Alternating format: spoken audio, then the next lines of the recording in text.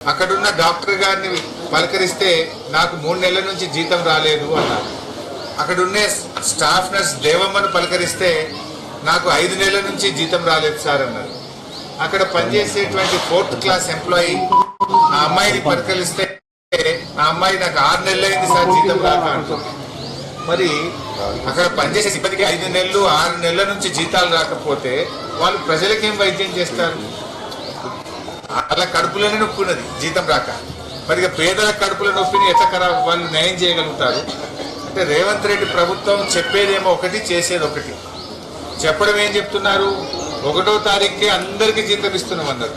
మరి వీళ్ళకి 6 నెలల నుంచి 5 నెలల నుంచి ఆ డాక్టర్ గారికి, ఆ స్టాఫ్ నర్స్కు, అక్కడ పనిచేసే కంపౌండర్కు జీతం వచ్చే పరిస్థితి లేదు. జీతం సంగతి అట్లుంటే మందులన్నీ ఉన్నాయా? నేను డాక్టర్ గారిని, స్టాఫ్ నర్స్ని అడిగాను. ఆ రోజు వైద్య ఆరోగ్య శాఖ మంత్రిగా కేసీఆర్ గారి నాయకత్వంలో నేను ఉన్నప్పుడు 110 రకాల మందులు బస్తీ దవాఖానలో ఇచ్చేవాళ్ళం. ఇప్పుడు ఎన్ని రకాల మందులు ఉన్నాయమ్మా అని అడిగాను. అంటే 60-70 రకాల మందులు ఉన్నాయి సార్, ఒక 40-50 రకాల మందులు లేవు, సప్లై లేదు సార్ అన్నారు. అంటే 40-50 రకాల మందులు ఇవాళ బస్తీ దవాఖానలో పేదలకు అందుబాటులో ఉండడం లేదు.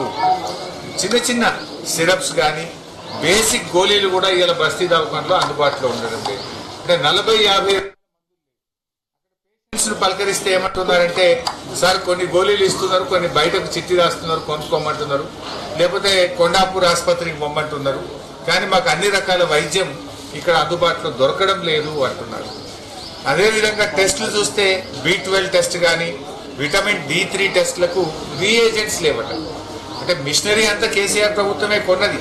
ఆ టెస్ట్ చేయడానికి కావలసిన రీఏజెంట్ సప్లై లేకపోవడం వల్ల ఇవాళ టెస్టులు కూడా టీ డయాగ్నోస్టిక్ సెంటర్లో జరగడం లేదు అన్నారు. అంటే రేవంత్ రెడ్డి గారు మాటలకు ఎక్కువ, చేతలకు తక్కువ.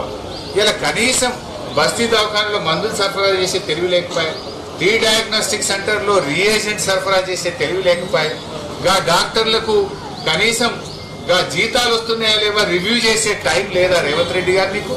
నేను అడుగుతా ఉన్నా. ఇవాళ రేవంత్ రెడ్డి గారి ప్రభుత్వంలో ఎట్లా తయారైపోయిందంటే, మొన్ననే చూసాం కొడంగల్లో 108 సకాలంలో రాకపోవడం వల్ల ముఖ్యమంత్రి నియోజకవర్గంలోనే పేషెంట్ చనిపోయిండు. సకాలంలో 108 అందకపోవడం వల్ల, వైద్యం అందకపోవడం వల్ల ఇవాళ మనుషులు చనిపోతున్నటువంటి పరిస్థితి ఏర్పడ్డది. ముఖ్యమంత్రి గారు ఎంతసేపు ఇవాళ ఆయన వచ్చిన తర్వాత ఏ రోజు కూడా ఆయన గురించి ఆలోచించుకుంటుంది తప్ప ప్రజల గురించి ఆలోచిస్తలేడు. ఆనాడు కేసీఆర్ గారు కేసీఆర్ కిట్ పథకం పెట్టి ప్రభుత్వ ఆసుపత్రుల్లో 72% డెలివరీలు జరిగేది. కానీ ఇవాళ ఈయన వచ్చినాక కేసీఆర్ కిట్ బంద్ అయిపోయి 52% పడిపోయింది. అంటే ప్రభుత్వ ఆసుపత్రుల్లో మందులు లేక, డాక్టర్లు లేక కేసీఆర్ కిట్ పథకం బంద్ అయి 20% మంది ఇవాళ తగ్గిపోయి ప్రైవేట్ ఆసుపత్రులకు పోతున్న పరిస్థితి ఏర్పడుతుంది. సిగ్గుపడాలి రేవంత్ రెడ్డి. ఆయన ఎంతసేపు ఆయన కిట్టి నిండిందా లేదా చూసుకుంటుండే తప్ప పేద ప్రజలకు కిట్లు అందుతున్నాయా లేదా అనే సోయి రేవంత్ రెడ్డికి లేదు. అదే కేసీఆర్ కిట్ పథకం వల్ల మనం అది కేసీఆర్ మీద కోపం కొద్దీ ఆ పథకం తీసేస్తే పేదలకు వైద్యం అందుబాటులో లేకుండా పోయింది, పేదలు ప్రైవేట్ ఆసుపత్రులకు పోయి అప్పుల పాలవుతుందనే సోయి రేవంత్ రెడ్డికి లేదు. ఎంతసేపు మద్యం దుకాణాలు ఎట్లా పెంచుదామా, సారా ఎట్లా అమ్ముదామా, పైసలు ఎట్లా సంపాదించుదామా అనే ఆలోచిస్తుంది. ఈ మధ్య కొత్త వైన్ షాప్ల కోసం అప్లికేషన్లు తీసుకుంటే 2 లక్షలు కాదు 3 లక్షలు పెట్టిండు అప్లికేషన్. 3 లక్షలు పెట్టి వసూలు చేసుకుంటుండు.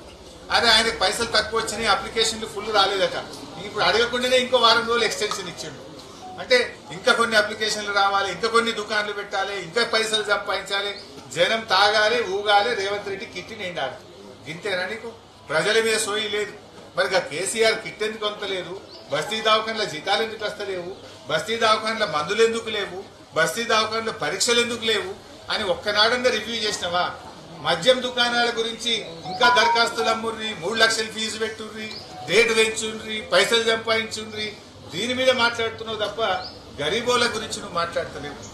ఆనాడు 15వ ఆర్థిక సంఘం కేంద్రంలో ఉండే ప్రభుత్వం అరే ఈ బస్తీ దవాఖానాలు చాలా బాగా పెట్టిండు కేసీఆర్, బాగుంది, దేశం మొత్తం తెలంగాణను చూసి నేర్చుకోండి అని ఆనాడు మమ్మల్ని ప్రశంసించారు. కానీ ఈనాడేమైపోయింది? బస్తీ దవాఖానాలకే సుస్థి పట్టింది. పనిచేసే సిబ్బందికి వైద్యం లేదు, గోళీలు లేవు, పరీక్షలు లేవు. ఆ డాక్టర్ అమ్మ చెప్తుంది అన్ని స్ట్రీట్ డాగ్స్ సార్, పొద్దున డ్యూటీకి వచ్చేటప్పుడు పోయేటప్పుడు ఏడ కుక్కలు కరుస్తాయని భయంగా వస్తున్నాము అని చెప్పి ఆ డాక్టర్ అమ్మ చెప్తున్నటువంటి పరిస్థితి. అంటే జిహెచ్ఎంసీ అసలు పనితీరు బాగలేదు. చివరికి ఈ బస్తీ దవాఖాన పరిస్థితి ఏంటంటే దానికి మీటర్ కూడా లేదు, బయట కొండేసి దవాఖాన కరెంట్ నడుస్తుంది. పోయి ఆడ పోయి బీపీ మీటర్ చూస్తే ఆ బీపీ మీటర్ కూడా అందులో బ్యాటరీలు అయిపోయినాయి. అక్కడ బీపీ చెక్ చేసే మిషన్ లో బ్యాటరీలు అయిపోయినాయి. బ్యాటరీ అయిపోతే మాకు ఇక బ్యాటరీలు కొనడానికి పైసలు వస్తలేవు సార్, అయితే కరెంట్ ఉంటే చూస్తున్నాం, లేకపోతే బ్యాటరీ లేకపోతే పక్కకు పెడుతున్నాము అన్నారు. బీపీ మీటర్ లో కనీసం గోళీలు కూడా లేనటువంటి పరిస్థితి వచ్చింది. ఆరోగ్యశ్రీ 1400 కోట్లు దాటిపోయింది. ఇలా ప్రైవేట్ ఆసుపత్రుల్లో ఆరోగ్యశ్రీ కింద పేషెంట్లను చూడడం ఆగిపోయింది. రేవంత్ రెడ్డి గారు నువ్వేదో 10 లక్షలకు పెంచిన డాంబికాలు కొట్టుడు కాదు, ఆరోగ్యశ్రీ బకాయిలు విడుదల చేయి. మాట్లాడితే గ్రీన్ ఛానల్ అంటావు, గ్రీన్ ఛానల్ మాటలకే అయింది తప్ప పేదవాళ్లకు వైద్యం అందించడానికి నీ ప్రభుత్వంలో ఆరోగ్యశ్రీ బకాయిలు విడుదల కావడం లేదు. ఆనాడు కేసీఆర్ గారు ప్రభుత్వం ఆరోగ్యశ్రీ కింద 7,000 కోట్ల రూపాయలు చెల్లింపులు చేసింది. 3,000 కోట్లు సీఎంఆర్ఎఫ్ కింద చెల్లింపులు చేశాం. 10,000 కోట్లు ఖర్చు పెట్టి ఆరోగ్యశ్రీ కింద సీఎం రిలీఫ్ ఫండ్ కింద పేదలకు వైద్యం అందించింది కేసీఆర్ ప్రభుత్వం. నువ్వు వచ్చినాక ఇవాళ ఆరోగ్యశ్రీ వాళ్ళు కూడా స్ట్రైక్ చేయబట్టి, ఆసుపత్రులకు తాళాలు వేయబట్టి, మేము పేషెంట్లను చూడం, రేవంత్ రెడ్డి మాకు 2 ఏళ్లకి వెళ్ళి పైసలు ఇస్తలేడు అని చెప్పి ఇవాళ ఆరోగ్యశ్రీ ఆసుపత్రులన్నీ కూడా మూలకు పడే పరిస్థితి వచ్చింది, మూతపడే పరిస్థితి వచ్చింది. పేదలకు వైద్యం ఆగిపోయే పరిస్థితి ఏర్పడ్డది. ఇక ఈహెచ్ఎస్ ఉత్తదే, జేహెచ్ఎస్ ఉత్తదే. మా జర్నలిస్ట్ హెల్త్ స్కీమ్ కానీ ఎంప్లాయీస్ హెల్త్ స్కీమ్ లో పోతే ఆ వెల్నెస్ సెంటర్లన్నీ తాళాలు పడ్డాయి. వెల్నెస్ సెంటర్లలో మందులు లేవు. జర్నలిస్టుల పిల్లలకు కానీ, జర్నలిస్టుల తల్లిదండ్రులకు కానీ, జర్నలిస్టుల కుటుంబ సభ్యులకు కూడా ఇవాళ వైద్యం అందుబాటులో లేదు. ఎంప్లాయీస్ హెల్త్ స్కీమ్ కింద 23 నెలల రేవంత్ రెడ్డి ప్రభుత్వంలో ₹1 కూడా ఇవాళ వరకు ఉద్యోగస్తులకు విడుదలైనటువంటి పరిస్థితి లేదు. ఈహెచ్ఎస్ అటకెక్కింది, జేహెచ్ఎస్ అటకెక్కింది. ఆరోగ్యశ్రీ అయితే సేవలు నిలిచిపోయే పరిస్థితి ఏర్పడ్డది. బస్తీ దవాఖానాలకు సుస్థి పట్టింది. కేసీఆర్ గారు ప్రారంభించిన టిమ్స్ హాస్పిటళ్లు నత్తనడక నడుస్తా ఉన్నాయి.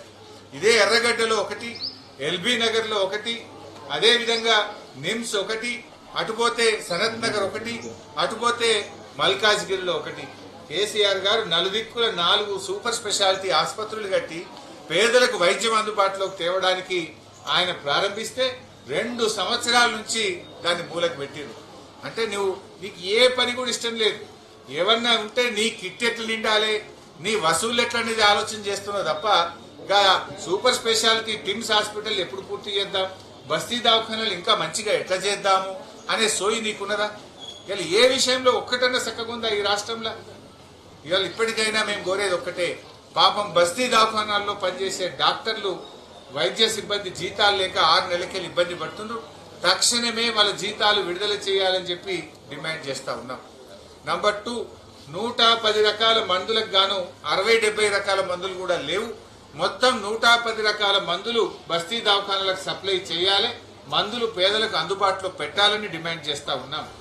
3వది 134 రకాల పరీక్షలు బస్తీ దవాఖానాల్లో ఉచితంగా చేయాలి.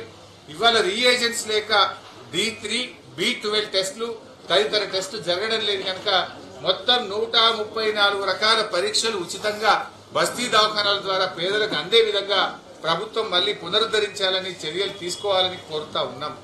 అదేవిధంగా నువ్వు జీతాలు ఇస్తలేవని చాలా మంది రాజీనామా చేసి ఉద్యోగం విడిచిపెట్టిపోయింది. బస్తీ దవాఖానాల్లో చాలా చోట్ల డాక్టర్లు లేరు, సిబ్బంది లేరు. నువ్వు జీతాలు ఇయ్యక చాలా మంది ఉద్యోగాలు వదిలిపెట్టినారు. తక్షణమే అన్ని ఖాళీలు కూడా నిలపాలని చెప్పి బీఆర్ఎస్ పార్టీ డిమాండ్ చేస్తా ఉంది. ముఖ్యంగా ఇవాళ జూబ్లీహిల్స్ ప్రజలు, హైదరాబాద్ ప్రజలు గమనించాలి. రేవంత్ రెడ్డి ఇవాళ రేపు ఏమంటాడు, జూబ్లీహిల్స్ గెలిస్తే నేను బస్తీ దవాఖానాలను అటకెక్కించిన, మందులు లేవు, పరీక్షలు లేవు, సిబ్బంది లేరు, జీతాలు లేవు, అయినా జూబ్లీహిల్స్ నాకే ఓటేసింది అంటాడు. ఇవాళ జూబ్లీహిల్స్ లో మీరు కర్రు కాల్చి వాత పెట్టండి, అప్పుడైతే బస్తీ దవాఖానాలు మెరుగుపడతాయి, బస్తీ దవాఖానాలకు మందులు వస్తాయి, పరీక్షలు జరుగుతాయి, ఆ సిబ్బందికి జీతాలు వస్తాయి. అంటే ఎందుకంటే ఈ ప్రభుత్వం యొక్క వైఫల్యాన్ని మనం ఎత్తి చూపాలంటే జూబ్లీహిల్స్ ప్రజలు దీని మీద మంచి నిర్ణయం తీసుకోవాలి.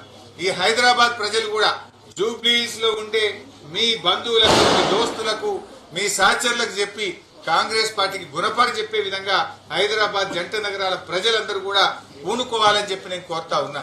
ఎందుకంటే ఇలా స్పష్టంగా అర్థమైతా ఉంది, ఏ విషయంలో చూసినా కూడా మళ్ళా నల్ల బిల్లులు మోపైనాయి, మళ్ళా కరెంటు బిల్లులు పెద్ద పెద్ద వస్తున్నాయి. ఇవాళ నల్ల బిల్లులు కూడా విపరీతంగా పెంచుతున్నారు. ఆనాడు 20,000 లీటర్ల వరకు ఉచితంగా కేసీఆర్ ప్రభుత్వం నీళ్లు ఇచ్చింది. ఇవాళ ఇంటింటికి మళ్ళా పొడుగు నల్ల బిల్లులు పంపుతున్నారు, మళ్ళా కరెంటు బిల్లులు పంపుతున్నారు, మళ్ళా ప్రజలు ఇబ్బంది పెడుతున్నారు. ప్రజల సేవలు తగ్గిపోయినాయి, బిల్లులు మాత్రం పెరుగుతా ఉన్నాయి. ప్రజలు వీటన్నిటిని కూడా గమనించాలని చెప్పి కోరుతున్నాం. రేవంత్ రెడ్డి కూడా మేము కోరేది ఒక్కటే, కిట్టి నిండడం గురించి కాదు, కిట్ల గురించి ఆలోచించు, బస్తీ దవాఖానాల గురించి రివ్యూ చేయి, మందుల సరఫరా పునరుద్ధరించు. కేసీఆర్ కిట్టు పేరు మారుస్తా అన్నావు, పేరు మారిస్తే రాసుకొని ఇందిరాగాంధీ పేరు పెట్టుకుంటావు, నీ పేరు పెట్టుకుంటావు, రాజీవ్ గాంధీ పేరు పెట్టుకుంటావు, పెట్టుకో. కానీ గరీబులకు మాత్రం కిట్లు సప్లై వెంటనే స్టార్ట్ చేయాలని చెప్పి డిమాండ్ చేస్తాం.